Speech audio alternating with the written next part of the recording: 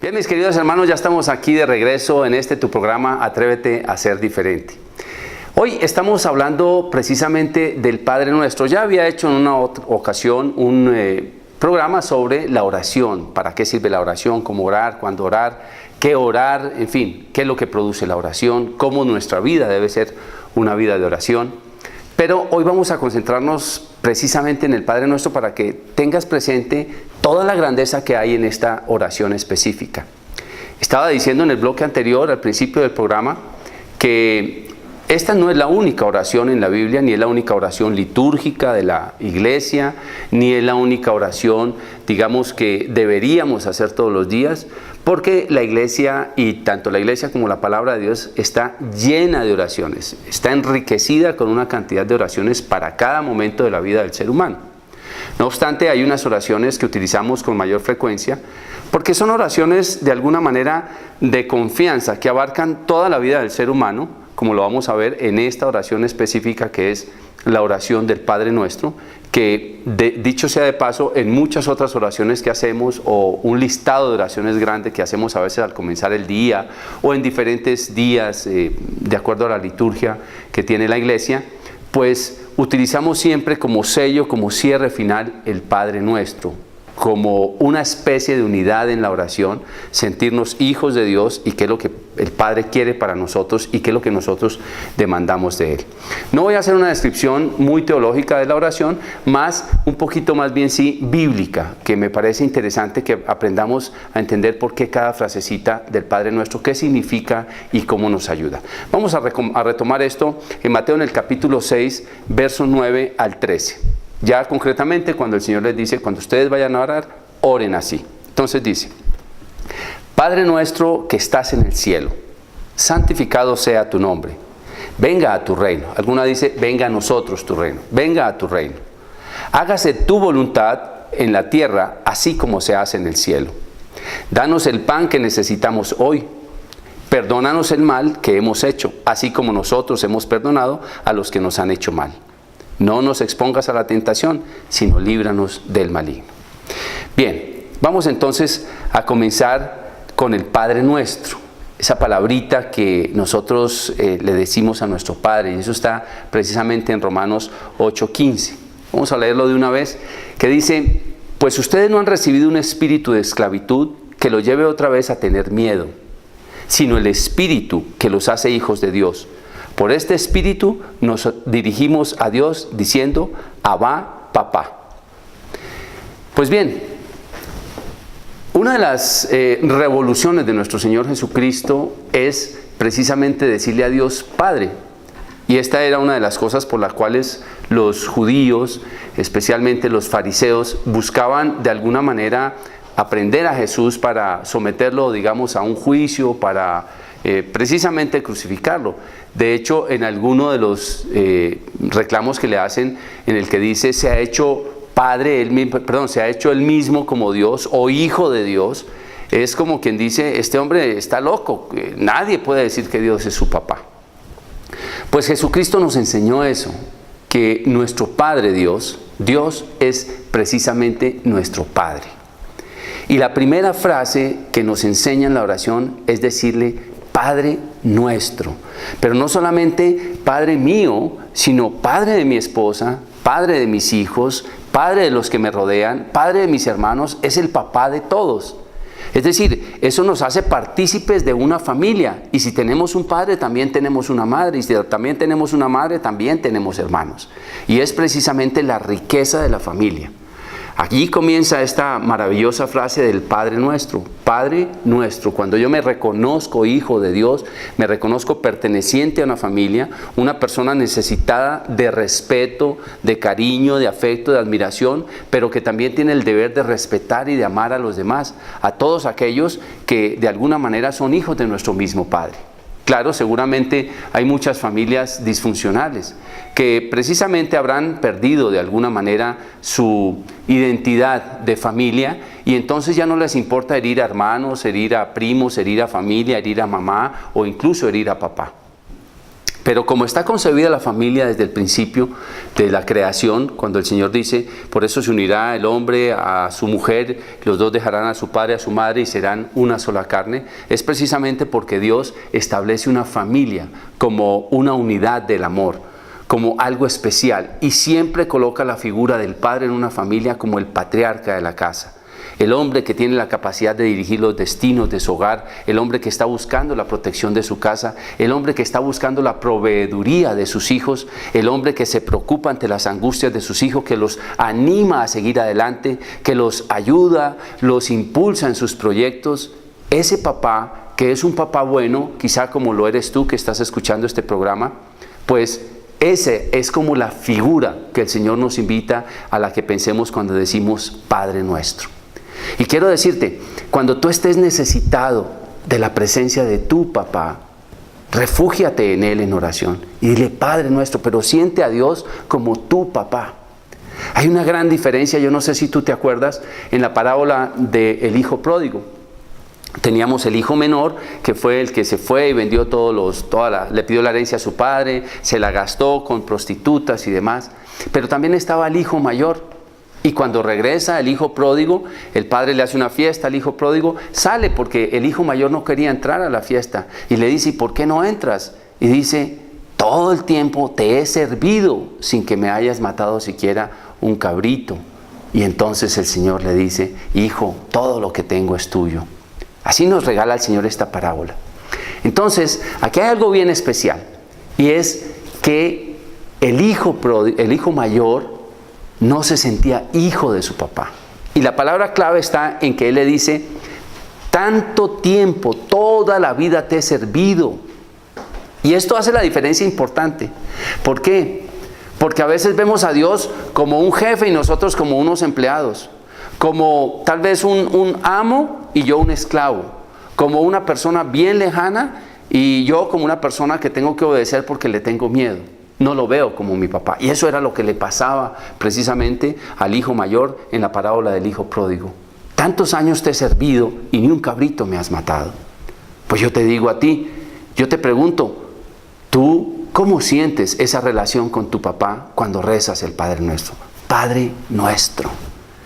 Mira, yo no sé si tú en alguna oportunidad has estado siguiendo los escritos que hago en Facebook, allí en Juan Alberto Echeverry, autor. Hago unos escritos usualmente, diariamente los hago, los coloco allí, termino con una oración. Y esa oración la titulo Dios Padre de Amor, o Dios Padre Bueno, o Dios Padre Santo, porque yo siento que Dios es mi papá, es mi papá. Él es el que me provee, el que me consuela, el que está conmigo. ¿Sabes? Yo siendo padre de familia, cuando veo a un hijo mío sufrir, hago lo que sea por él. Lo ayudo, lo impulso, en fin, hago tantas cosas por mis hijos porque los amo. Y entonces allí se cumple esa palabra que dice, si ustedes siendo malos saben dar cosas buenas a sus hijos, ¿cuánto más vuestro Padre que está en el cielo dará cosas buenas a quienes se las pidan?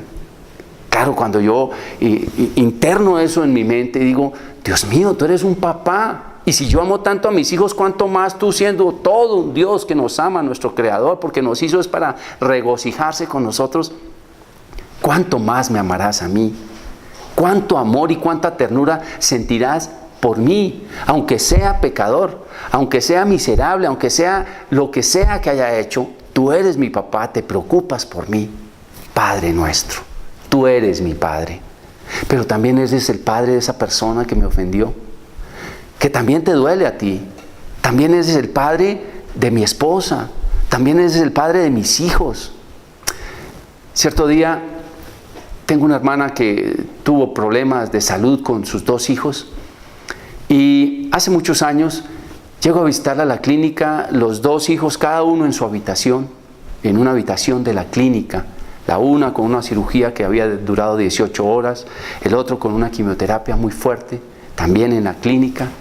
Y cuando llego a visitar a mi hermana, le digo, ¿cómo es posible que usted esté en pie, teniendo aquí los 2 hijos desbaratados? O sea, es un dolor profundo para cualquier persona, una angustia terrible tener 2 hijos casi que al borde de la muerte en la clínica. Yo sé que muchos seguramente han vivido incluso hasta cosas peores. y me responde algo maravilloso que me sacudió las entrañas. Me dice: Juan, Dios ama más a mis hijos aún de lo que los amo yo. Tenemos que confiar en Él. ¡Wow! Eso sacudió mi fe. Yo dije: claro, es que Dios también se preocupa por nuestros hijos. No es Padre por Él, ¿cuánto más sufrirá Él por nuestros hijos? Entonces, por eso, cuando el Señor nos enseña a orar, dice: Padre nuestro. Es decir, yo quiero que ustedes sepan que su papá es su papá, que Dios es su papá, es su Padre y es un Padre bueno. Y la palabra Padre significa protección, significa formación, significa corrección, significa proveeduría, significa abrazo, significa cariño, significa perdón, significa amor, significa tantas cosas. Por eso comienza con esta maravillosa frase. Entonces, Pablo en la carta a los Romanos más adelante nos va a decir precisamente: ustedes no recibieron un espíritu para estar tristes. Ustedes recibieron el Espíritu de Dios que los hace decir: Abba, papá, como quien dice: papito mío, Padre mío, yo me refugio en ti. Yo no sé tú cómo te refieras a tus hijos, o quién sabe, tal vez cómo sentiste problemas o dolores en tu casa, en tu familia, con tu papá, porque tal vez fue débil en el alcohol, porque quizá tuvo problemas de genio, porque tal vez tuvo problemas de infidelidad, de sexualidad desordenada, de tantas cosas que pudo haber tenido tu papá, de agresividad, en fin. Seguramente rompió en ti la figura de un buen padre, pero eso no era lo que Dios quería para él ni para ti.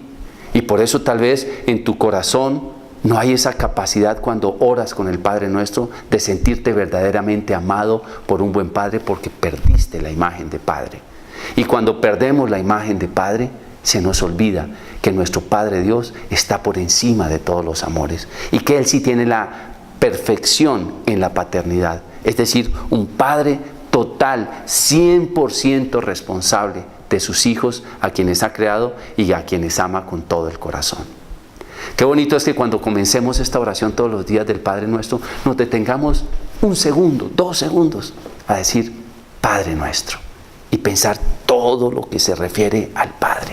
Sí, Padre Nuestro.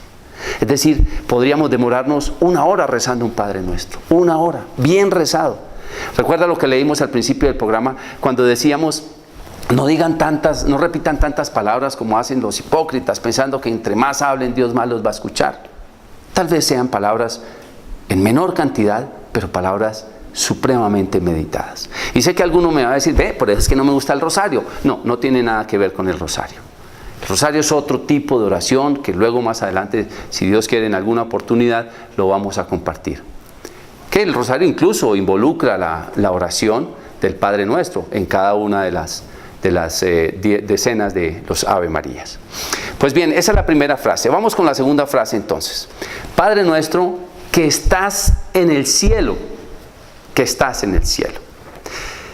Entonces yo me pongo a pensar, ¿qué es en el cielo? ¿Qué es estar en el cielo? Cuando repetimos Padre Nuestro que estás en el cielo, ¿qué es estar en el cielo?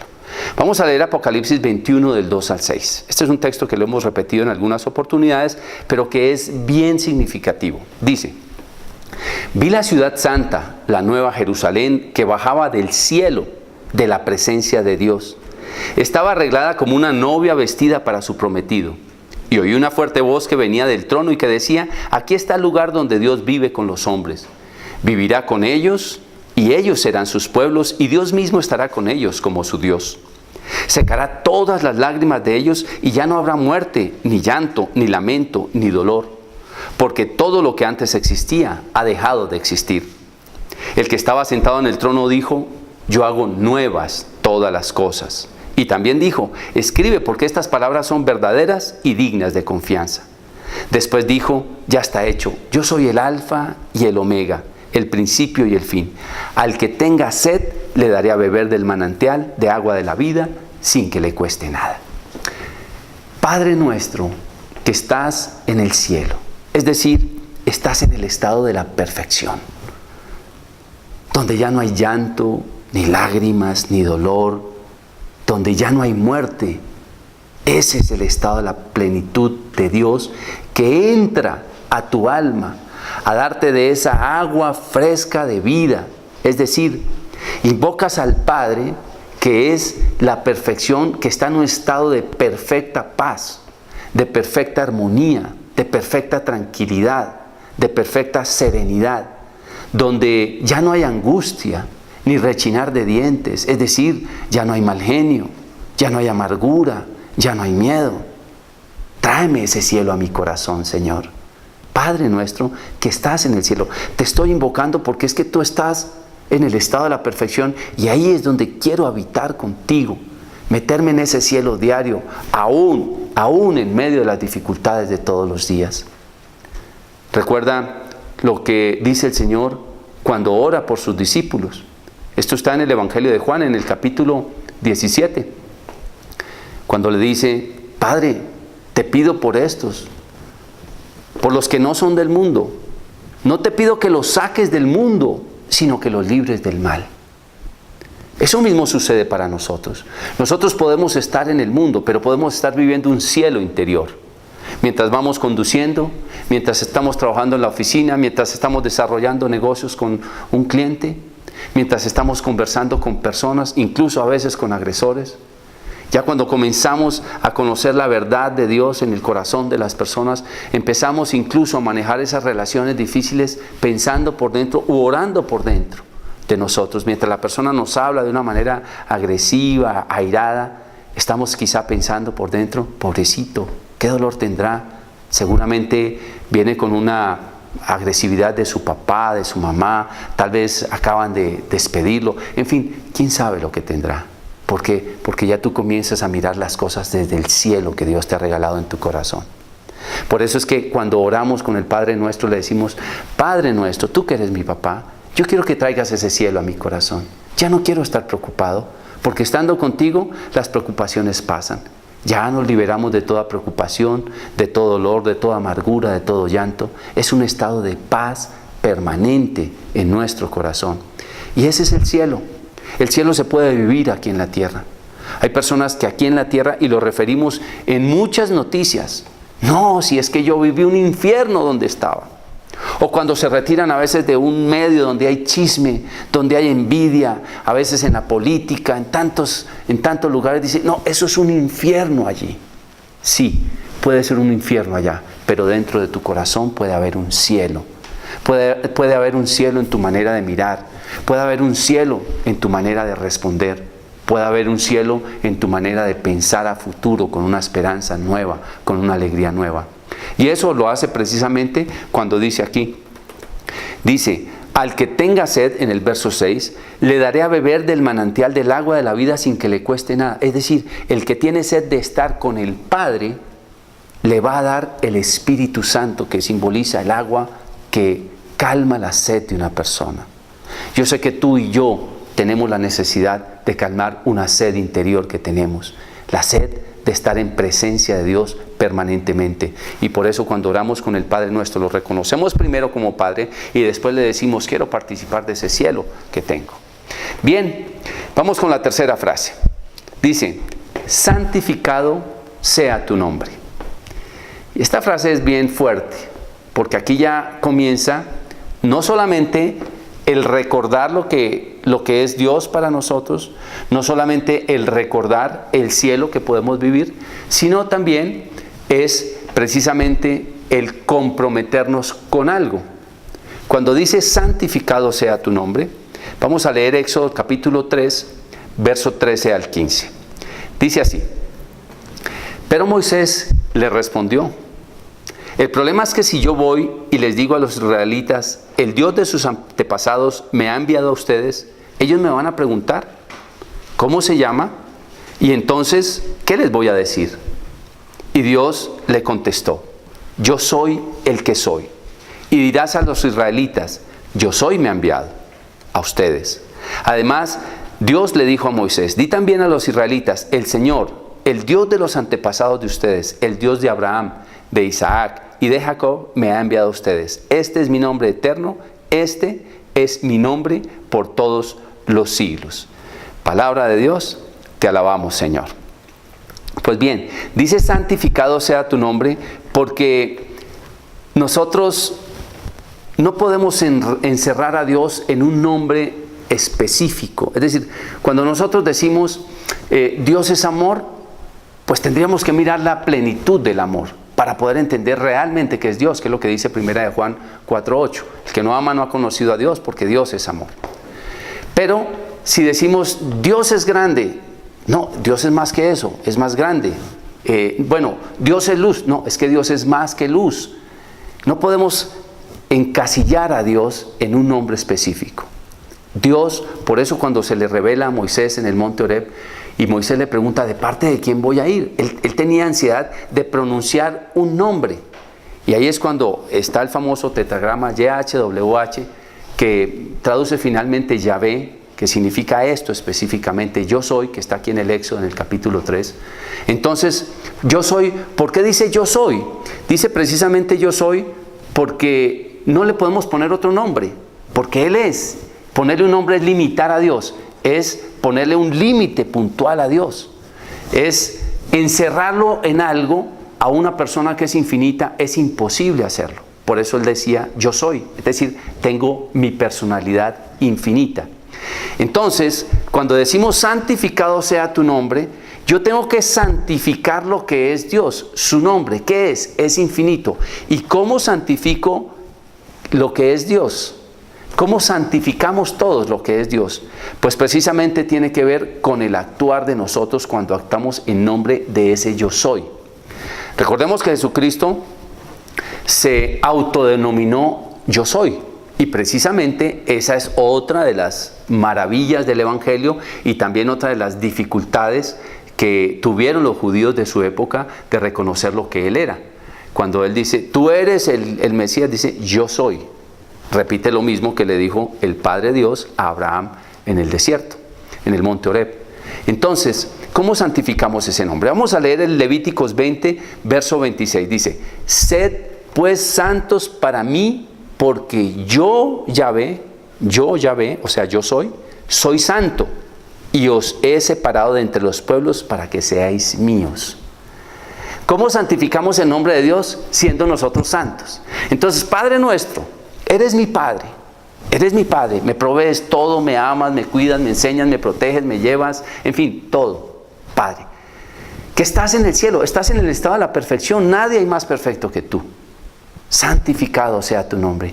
Tengo que obrar coherente y congruentemente con esa santidad que eres tú cuando yo me declaro que soy hijo tuyo. Así las cosas, entonces nosotros tenemos que ser santos. La manera de santificar el nombre de Dios Padre es siendo santos nosotros. Es decir, yo voy a santificar a Dios cada que obro el bien. Cada que proclamo el nombre de Dios, haciendo una obra perfecta en el amor, estoy santificando. Por eso dice, santificado sea tu nombre. Es decir, que cada obra, que con cada obra yo santifique, que he proclamado tu nombre, Señor, que me llamo tuyo. Pero aquí no termina todo, porque esta parte de santificar el nombre es muy importante y por eso es que lo deberíamos orar todas las mañanas con tranquilidad para que tengamos la conciencia de salir al mundo a dar testimonio de lo que es Dios. Pero quédate allí, ya regresamos, nos vamos a un pequeño corte.